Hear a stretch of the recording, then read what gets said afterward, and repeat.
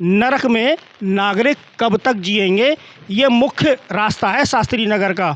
Daily का प्रतिदिन का काम है, लोगों को पैदल चलना भी दुश्वार हो गया है, लेकिन राजनीति विद्वेष के लिए जनता को परेशान करना ये बहुत गलत है। कई बुजुर्ग गिरते हैं, कई आदमी गिरते हैं, बच्चे परेशान हो रहे हैं। उधर देखो क्या हाल है सारा।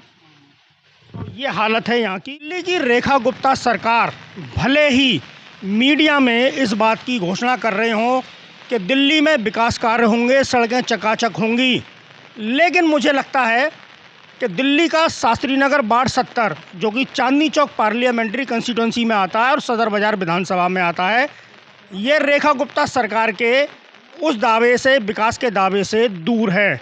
क्यों? क्योंकि ये हालत शास्त्री नगर की आपके सामने मौजूद है।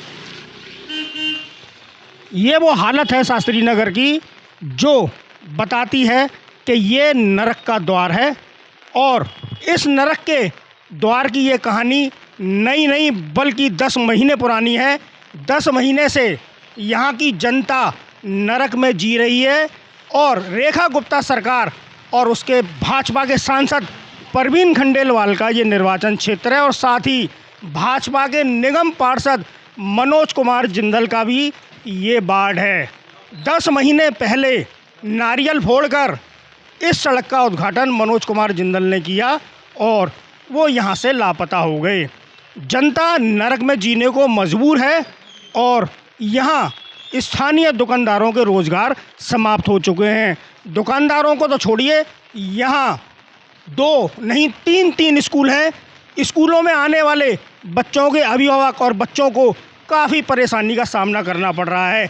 आए दिन दुर्घटनाएं हो रही हैं, लोग गिर रहे हैं, लोग परेशान हैं, लेकिन यहाँ के जनप्रतिनिधि गायब हैं। आखिर शास्त्री नगर की इस बदहाली का, ये बदहाली देखिए, कैमरे से मैं दिखा रहा हूँ, ये हालत है इस शास्त्री नगर की। ये बड़े बड़े गड्ढे हैं सड़क पे, इन गड्ढों में जनता रह रही है, और ये शास्त्री नगर का वो मुख्य रास्ता है जो कि सबसे बड़ा रास्ता है, और सीधा पेट्रोल पंप कालिदास मार्ग से लेके और निवड़ी धर्मशाला तक जाता है। मंदिर भी लोगों को कीचड़ में जाना पड़ रहा है, और बच्चों को, ये स्कूल है मेरे सामने देखिए, ये भाजपा की पूर्व पार्षद नीलम दीवान जी का स्कूल है। स्कूल में विद्या लेने के लिए बच्चों को कीचड़ में से जाना पड़ रहा है। ये कितना बुरा हाल है भाई। अब 1.5 साल हो जाएगा। बहुत बुरा हाल है, बहुत दिक्कत है। वो बैठे गाड़ी के अंदर, ना आ सकते ना जा सकते। ये सड़क है और ये दुकान है, रोजगार खत्म हो गया है। ये भी दिखाइए, ये देखिए, यहाँ पे चलना फिरना, कस्टमर आना, इतनी प्रॉब्लम हो रही है हमको आने में। यहाँ पर बहुत दिक्कत हो रही है। हाँ आपने, हाँ जी आपने, नहीं भरा था ना, हमने भरवाया है।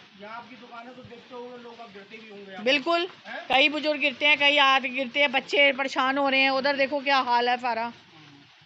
ये हालत है यहाँ की, और रेखा गुप्ता सरकार कह रही है कि विकास का जाल बिछाया जाएगा। मेरे को वो जाल में शास्त्री नगर नज़र नहीं आ रहा कि आखिर शास्त्री नगर वालों ने गुनाह कौन सा कर दिया। भाजपा का पार्षद जिता दिया, भाजपा का सांसद जिता दिया, भाजपा की सरकार बन गई, लेकिन दोष नागरिकों का क्या है। नरक में नागरिक कब तक जिएंगे। ये मुख्य रास्ता है शास्त्री नगर का। यदि सरकार को जरा सी भी चिंता है और राजनीति, दलगत राजनीति से ऊपर उठ के नागरिकों की चिंता है, तो अविलंब फंड सरकार के पास कम नहीं है, फंड की कोई कमी नहीं है, लेकिन राजनीति विद्वेष के लिए जनता को परेशान करना ये बहुत गलत है। जनता बहुत बलशाली है, चुनाव आने पर धूल चटाना लाजमी है, और अगर काम नहीं किया तो ये तय है कि जमानत जब्त होती है। और ये एक बार नहीं, कई बार देखा जा चुका। देखिए ये हालत, देखिए ये हालत है लोगों की यहाँ। इस तरीके से निकलना ये आज का नहीं है, ये डेली का प्रतिदिन का काम है। लोगों को पैदल चलना भी दुश्वार हो गया है, लोगों को जीना हराम हो गया। और अब ये बारिश का पानी भरेगा, इसमें मच्छर पनपेंगे, डेंगू और मलेरिया फैलेगा।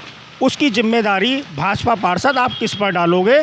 आपको जिंदल साहब अविलंब तुरंत इस सड़क को बना देना चाहिए, क्योंकि 10 महीने नारियल फोड़े हुए हो गए आपको। 10 महीने में हाईवे बन जाते हैं। ये तो एक छोटी सी सड़क नहीं बन पाई आप पर।